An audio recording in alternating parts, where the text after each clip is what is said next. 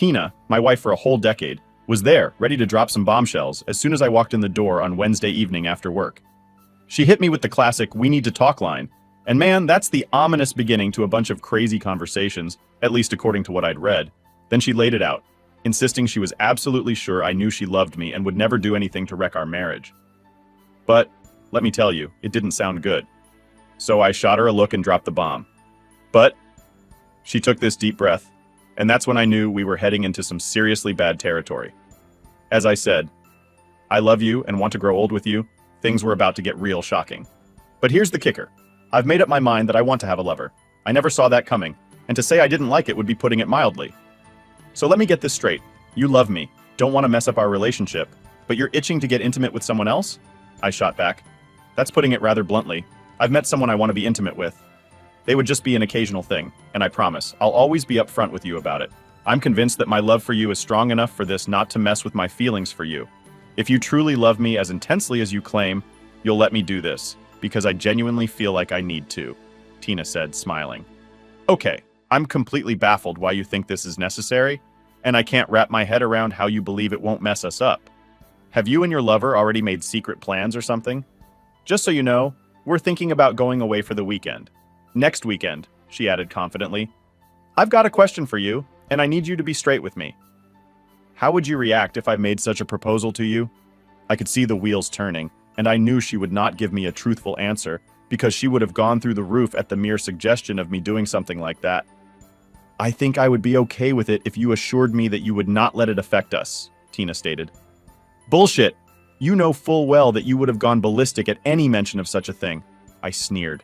She was taken aback and said, I really didn't expect you to get angry with me. I thought that you would love me enough to let me do something that meant this much. Well, whatever you were smoking is definitely illegal. Did you think I would just tell you it was okay to go screw this guy? I suppose you expect me to sit home and wait for you while you spend the weekend screwing him? Maybe I didn't think everything through too well, Tina said. You think? Yes. I didn't stop to consider a few things, like maybe my feelings.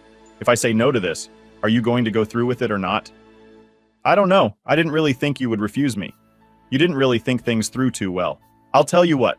Give me a few days to think about this. We can sit down Sunday afternoon and discuss this after I have had some time to think about it. You kind of shocked me tonight. I went to our bedroom and began moving my things to the guest room. What are you doing? I don't really want to sleep in the same bed with you when you were obviously thinking more about someone else than you are me. I slammed the door after I was in the guest room. I didn't sleep much, but I did come up with a game plan. I also came to the conclusion that if she went through with this, we were finished. The next day I left the house at the usual time, but I never spoke a word to Tina. I called work and said that I needed the next 2 days for personal reasons. Then I went to work. I bought 3 voice-activated recorders. I put one close to the phone, one in the bedroom, and one in her car. I also found a phone tape recorder to tie into our phones and installed that. The next stop was the cell phone provider since my name was on her phone. I had no problem getting a copy of her phone charges, and while she was still at work, I checked into her email accounts. She had opened one which I didn't know about, but the password was easy. I found a treasure trove there. At least I found it that she hadn't done him yet. I set it up to forward any emails on that account to me without showing that it was doing it. The last thing for the day was a pair of GPS locators. These were quite small and easy to hide. I was going to put one in her billfold because she would surely keep her cash and credit cards with her. The other would go in her car. I had a busy day but had things lined up to be able to know what was going on with her. The only other thing I needed in that respect was to get her cell phone and see what messages might be on there. I hope to do that in the evening as well as plant the GPS devices.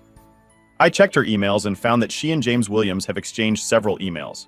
James Williams was a coworker, and I planned to shit on his life like he did mine. The emails made it plain that the next weekend was a go. What I said would make no difference. Friday, I went to a highly recommended divorce lawyer. I instructed him to kickstart the divorce proceedings, citing adultery as the cause. James Williams was named as the guy, and I was dead set on suing him. My lawyer assured me it would be a piece of cake if I had solid proof. Well, I laid it all out for him. Emails, phone records, and I even spilled the beans about the upcoming audio tapes. He was thrilled and promised to get the ball rolling right away. When Tina came home that evening, I ignored her and didn't even speak to her. When she was making supper, I walked out and went to a bar to eat and have a few beers. When I arrived home, she stood up and began to talk to me. I just walked past her, went into the guest room and slammed the door. The only chance she had of saving our marriage was to cancel her plans with James. but I didn't think that was going to happen. I ignored her the rest of the weekend until Sunday afternoon. I told her that it was time to talk, and we took seats in the kitchen. I went first. You might have surmised that I am not at all happy with your request. I have given it a lot of thought and can think of no way that I can be okay with this. James said that this would not affect our marriage, but as you can tell, it has already had a very bad effect on it. Well, I can see that you were very angry. If you had looked at it from my point of view, you might have been a little more receptive. I did try to look at it from your perspective, but I have seen no way any good could come from this. So my answer has to be no. How could you be so selfish if you love me? I am the selfish one. It seems to me that your desire to fuck someone else is the most selfish thing I have ever heard. What happens if I do this anyway? There will be some serious consequences for any sex outside of our marriage. We pledged the same exclusive vows a decade ago, and I get it. They said we were supposed to be exclusive. But you know what? This is just something I have to do. So I guess this chat is done. I got up and stormed out of the house. I grabbed my laptop, headed to a Wi-Fi spot, and started snooping on their emails. She was very angry and assured him that she was going no matter what. He told her that was good because he had already reserved room 125 at the Hilton in Kansas City for Friday and Saturday nights. I immediately reserved that room for Thursday night. They were making this way too easy. They were also planning a romantic date on Saturday evening. They were going for a nice dinner, some dancing, then hot sex. Tina told him that she bought some sexy new underwear just for their date. I got something to eat while I was watching them correspond. They were past my refusal and on to making plans for their weekend. Check-in time was 3 o'clock, so he was going to pick her up at 1 o'clock since it was a 2-hour drive, and they could be there as early as possible. I was surprised that he was going to pick her up at the house. I was going to have to see what I wanted to do there. I reserved a room for the weekend also. It was close enough to theirs to pick up all the signals. I got all the things I needed the next few days. I got a couple of small fiber optic HD video cameras. I planned on mounting them in the room on Thursday, so I would be all ready to record their weekend tryst. This would be perfect ammunition to go with my divorce filing. I totally ignored her the entire time. But Wednesday was the day of final reckoning for her. I would give her one last chance if she chose James. We were done. I asked her to sit at the table so we could talk for a minute. She didn't look happy, but she did. I began. Have you given any more thought to this? I have, and I still want to do it. I'm going to tell you one last time to reconsider. Please don't destroy our marriage, this gruesome guy. This is your last chance. And if you go ahead, you will pay a heavy price. I'm going with James on Friday afternoon, and I will be back Sunday afternoon. I hope we can get past this and go on. So you chose James over me. I guess that tells me all that I need to know. I stood up and walked out of the room when I got into the guest room. I slammed the door as usual. This time my marriage was done and somebody was going to pay. Thursday morning, I rolled into work and dropped the bomb on my boss, saying I needed the afternoon and the next day off. Naturally, he's curious, so I spill the beans, telling him I'm in the final stages of divorcing Tina. He looks bummed, but assures me he's got my back, giving me the green light for all the time I need. I drove to KC on Thursday and checked into their room. I got all the devices put in place and checked them all to make sure everything was working fine. I wanted to have all the evidence I needed for the divorce. Then I was going to fuck with them. I used my laptop to make sure that all the cameras worked and were aimed correctly. I sat still long enough for them to shut off, then moved around to make sure they all came. Everything was perfect. Then I walked down the hall past the room. I would use that weekend to make sure it was in range again. It was okay. I drove back home and contemplated the end of my marriage. I had one more stop to make. I stopped at a gun store and bought a small can of pepper spray. I was going to use this to mess up their romantic date. When I got home, Tina was standing in the kitchen. She looked at me expectantly, and I just walked past her without a word. I slammed my door again. Tina came into my room and wanted to be friendly. I told her to save it for James because I didn't need a mercy fuck. I turned my back on her and then she left. I slept fitfully that night, but had everything in place to end this shit. Friday morning, I got up and left at the normal time and never said a word to her. I went to the lawyer's office and signed the papers. I told him I would have all the evidence by Monday and asked that she'd be served at work Monday afternoon. I also requested that they serve papers to James at the same time I was suing him for alienation of affection. I checked Tina's GPS and it appeared she was getting her hair done.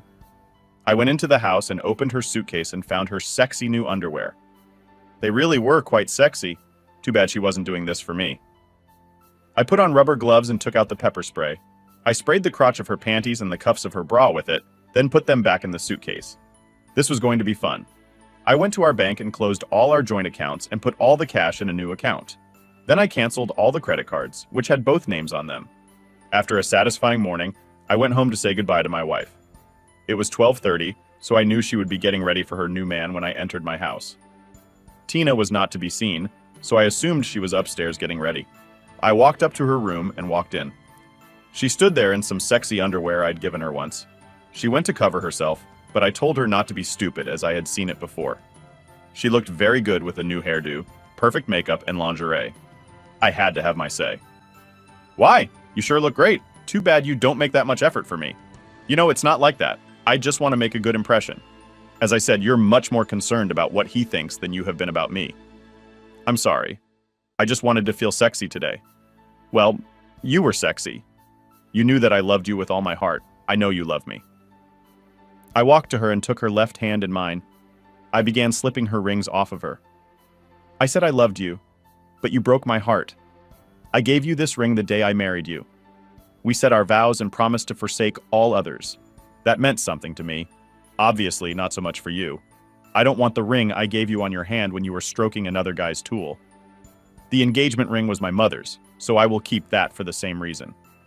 I slipped both rings in my pocket and let her hand go. She looked stunned, but didn't argue with me. "I won't be here when he comes, but I don't want him to come into my house. You cannot fuck him here. If you do, I will castrate him and fix you so no man will ever look at you again. That's a promise. He cannot come into my house. Do you understand?" "Yes. I will not let him in." "That's good. I will be watching." "Why are you being like this?" "Because the love of my life has just trashed that love. I hope this weekend is worth the consequences. Goodbye, Tina." I turned and walked away from my soon-to-be ex-wife. She was hollering at me as I walked out, but I was done with her. I parked down the street so I could watch. I made sure I was parked where Tina could see me. If he went in the house, I was going to jail, but they would be hurting worse. Pretty soon his car drove up. He walked up to the door and rang the bell. Tina opened the door and came right out with her suitcase in hand. She sat it down and put her arms around his neck before giving him a long, deep kiss as he picked up her suitcase. She looked my way and gave me a smug grin. She sat right next to him in the car and gave me the smug look again as they drove past me. I flipped her off and the smug look disappeared. I went back to my house and changed all the locks and the garage door code. I grabbed the suitcase. I had already packed and drove to Casey. I checked in and went into my room and immediately set up my laptop. The camera pointing to the bottom of the bed showed Tina naked. There was obvious he'd already screwed her. It was also pretty clear that he hadn't lasted too long. He came out of the bathroom. He was naked and I had to laugh. He had a very small tool. Tina was accustomed to much more meat than this little guy could deliver. About that time, James walked to the bed by Tina. He was hard again and ready for another go at her. She smiled at him and opened her arms. I laughed when she reached for his little tool. He didn't have to take it easy because I would be surprised if she could even feel that little thing inside her. Wow. Did she make a lousy trade? This guy was pitiful. I could see a bit of frustration on her face as he rested. It did not appear like she was going to be very happy with the results of this weekend. She was going to come home frustrated, then get kicked out on her ass the next day. He was soon ready to go again, and he gave her another less than thrilling 4-minute session. He was already done 3 times, and she wasn't even close. This was going better than I'd ever hoped it might. I had to quit watching and went out for supper and a couple of drinks. I left everything recording to have all I might need for the lawyer, and also to rub her nose in what a loser she had picked. When I returned, he was asleep, and she was looking even more frustrated. This really was fun, after I got over the pain of losing my wife. I went to bed thinking about how much fun I was going to have messing with them tomorrow. I thought about some of the hot babes I had seen in the bar, and knew I would soon be free to pursue them. I fell asleep with a smile in my heart. There was no more anguish for me as my course was plotted, and I knew where I was going. I awoke refreshed and ready for some fun. I showered, then went out for a nice breakfast and picked up some snacks in case I could not get away later. I went back to my room and called the local florist. I ordered a bouquet for Tina. I had always given her one just like this on our anniversary since there would not be another anniversary. I wanted her to think about what she was jeopardizing. I asked for it to be delivered at 11 a.m. I hoped my timing might be good, but it didn't matter. The timing was perfect. They got dressed and went out for a while. When they came back, they began making out. They were soon naked, and he had just mounted her. When there was a knock at the door, the florist delivered the flowers, and I could see a pensive look on Tina's face before she became angry. She got out her cell phone and dialed. My cell phone was soon ringing. I answered, and we had a short conversation. "Hello, how are you doing? Not worth a shit. My wife is out drilling some other guy while I sit here getting more angry every time I think about it." "Why do you ask? It's not like you give a shit." "Well, I just got a bouquet of flowers, just like you always get me for our anniversary." "I wanted to know what you were doing. I don't know how you could think I did that." "First off, you and your rocket scientist boyfriend kept me in the dark about where you were going. Secondly, if I had sent you flowers, they would have been ragweed, and the card would have read to my cheating cunt wife. That's not very nice, right? And you fucking little Jameses. Maybe they will give you some idea of what you are throwing away." I saw a very stunned look on her face as I turned my phone off. She was soon dialing again, but of course there was no answer. She tried a few more times then gave up. She told him what I had said, and he assured her that I would get over it. That was not going to happen until I was rid of the bitch. She wasn't in the mood for sex, but after a while, she began to give in. So I called for a pizza delivery and ordered Tina's favorite pizza. They arrived just as he was mounting her again. He was very angry and didn't want to pay, but the delivery guy verified the room number and his cell phone number. He threatened to call the police, so James gave in and paid. They decided to eat since they had paid for it after they enjoyed their lunch. They talked for a while, but James was soon after her again. Wife. When they started to get hot and heavy, I called the sandwich shop and ordered her favorite sandwich for delivery. He'd been fucking her for about a minute when the sandwich arrived. When Tina looked at the sandwich, she told him that I must have figured out where they were. James couldn't believe it, but she told him about my rocket scientist track and said that I had probably hacked into her new email where he had mentioned it had taken her a while, but she finally figured it out. She told him I was very smart, would have had little problem doing that. They decided to get dressed and go out for a while. She told him when they got back, they would clean up and get dressed for their romantic date. She promised to make it up to him tonight. They left, and I was laughing so hard I had tears streaming down my face. When they returned, they showered and got dressed. Tina put on her very sexy underwear and modeled it for him. James tried to jump her, but she said she wanted to go out on their date. I wondered how long it would take for her surprise to announce itself. She finished dressing and looked very good. I hoped my surprise would work because it was going to be a hoot if it did. They went out, and I sat back to await their return. They returned in about an hour, and Tina stripped as she ran into the bathroom and into the shower. She was in there for a long time, and when she emerged, her tits and crotch were bright red. They looked very painful, and it looked as if little Frankie wasn't getting any tonight. Tina was lying on the bed moaning when James tried to fondle her. She went ballistic, telling him she was in pain and not interested right now. She said there must have been something in her new lingerie that she was allergic to. Little did she know. I spent some time organizing all my videos and making DVDs for the lawyer and James's wife. When I had everything ready, I went to bed. My very successful day had me smiling again. It seemed that there was trouble in paradise, and I had caused it. Sunday morning, I got up and headed for home. Tina was going to be in for much more help when she got home. Then tomorrow it would all be over. When James dropped her off later that day, he didn't even carry her bag to the door. He just let her out. I was sitting on the couch watching a football game and didn't even acknowledge her arrival. She announced that she was home, and So she walked between me and the TV and gave me a sexy smile. "I thought you might be happy to see me. You are not dead." "What would give that idea? Do I look like I got stupid over the last few days?" "I know you did, but I didn't. I never thought you were stupid and did think that you loved me enough to get past this. Well, I loved you with all my heart, but that was in the past. You broke my heart when you went with him, even after I had repeatedly asked you not to. I told you how I felt, and that meant nothing to you. So as far as I was concerned, once you left with him, I didn't really care if you came back or not. I can't believe that you feel that way about me." "Well, believe it, because you fucked up big time. I don't know if there is any chance for us going forward. I will do anything to make it up to you. I realize now that I made a huge mistake. Is there anything I can do?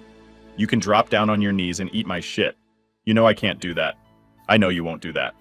So I guess that tells me how much your promise to do anything to save our marriage is worth. It's worth about as much as your promise to be faithful when we marry.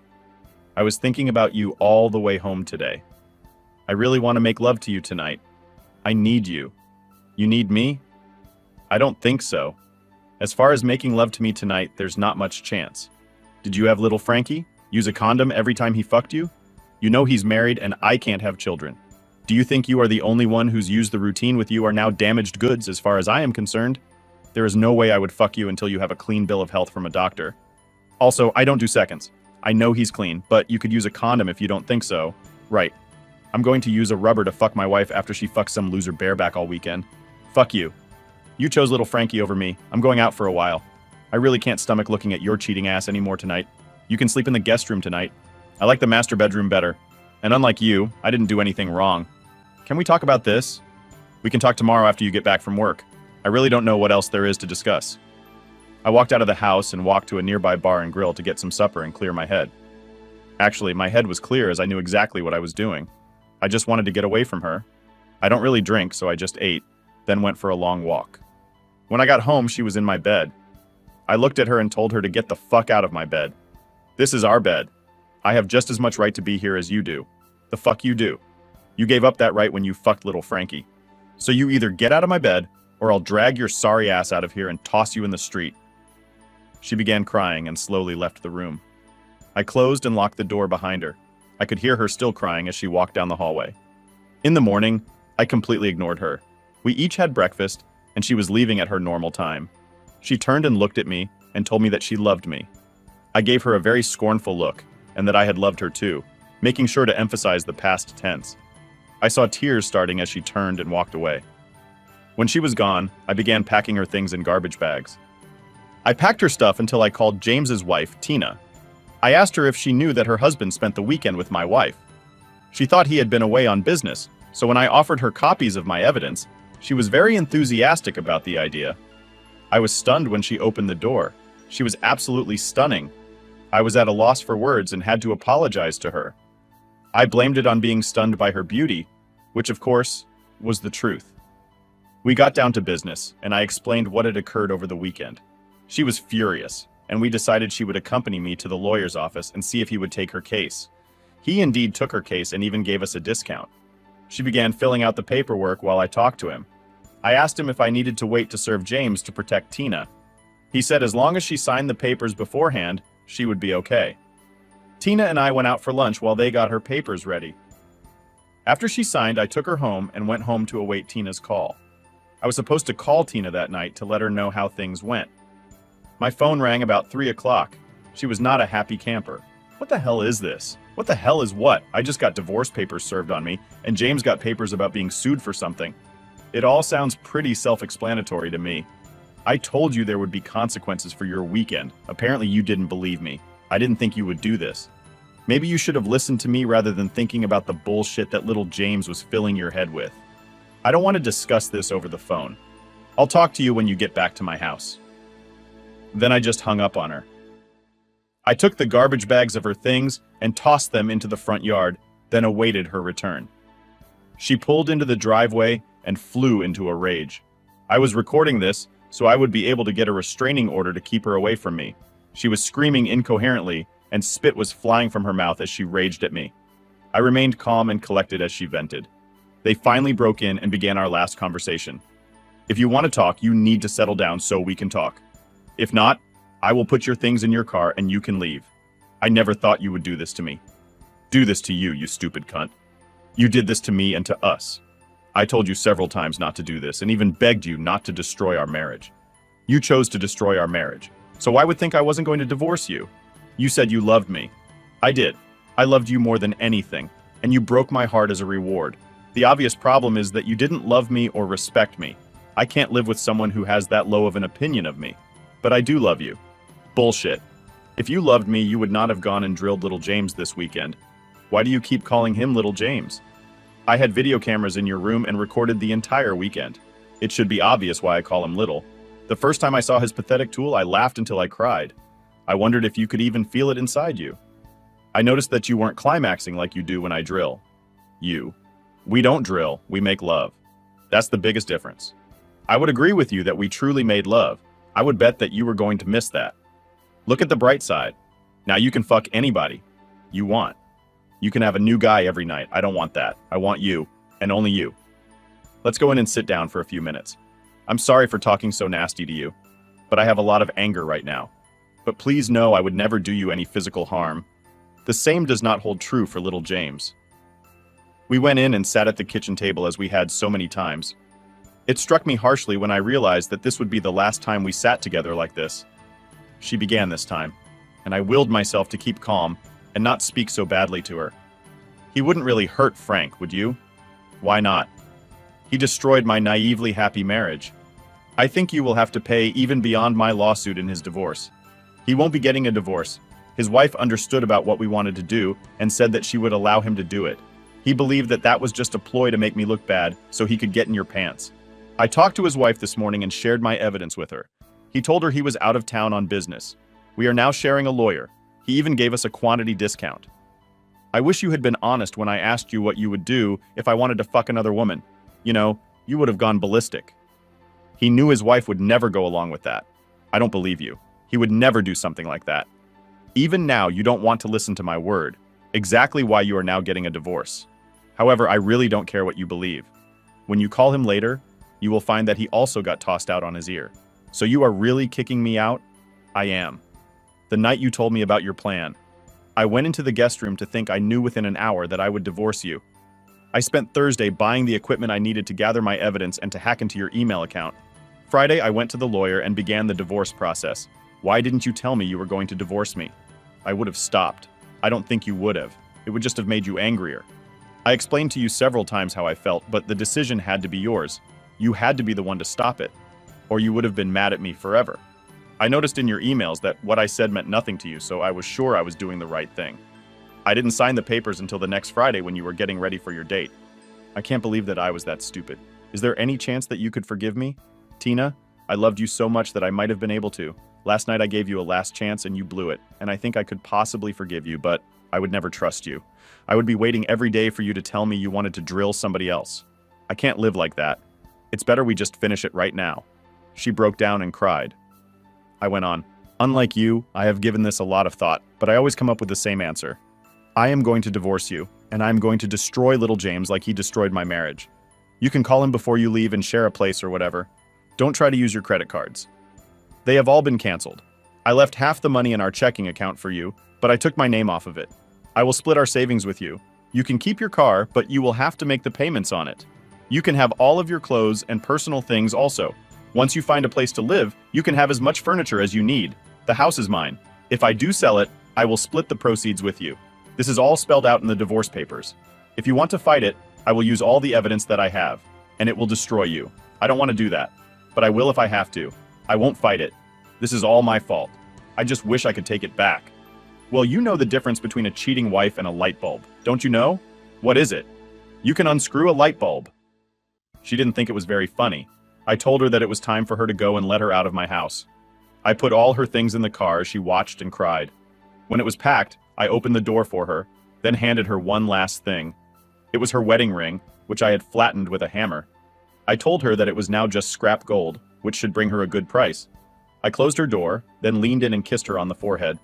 I said my last words to her. Goodbye, my love. I turned and walked back to my lonely house. I didn't even watch her drive away. I couldn't have even if I'd wanted to. My eyes were filled with tears, and I cried for another hour until I was totally drained. It was time to consider my options. As I saw it, I had three. 1. I could crawl inside a bottle and drink myself into a stupor. I barely drink and don't like the morning after, so that was no good. 2. I could make everyone happy and kill myself. I would not give her the satisfaction of doing that. 3. I could stand up tall knowing I had done nothing wrong and move on with my life. One vast improvement would be the absence of Tina that brought a smile to my face. I stood up straight and still smiling, called Tina's number. We made plans for dinner that evening, and I knew I was on the way to being healed. We might end up being just friends, or maybe I could trade up because the vision of her still lingered in my mind.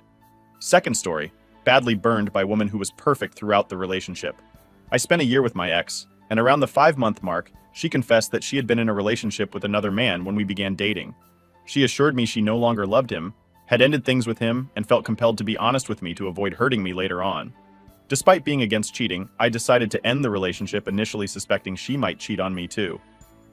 There was no argument, and she respected my decision.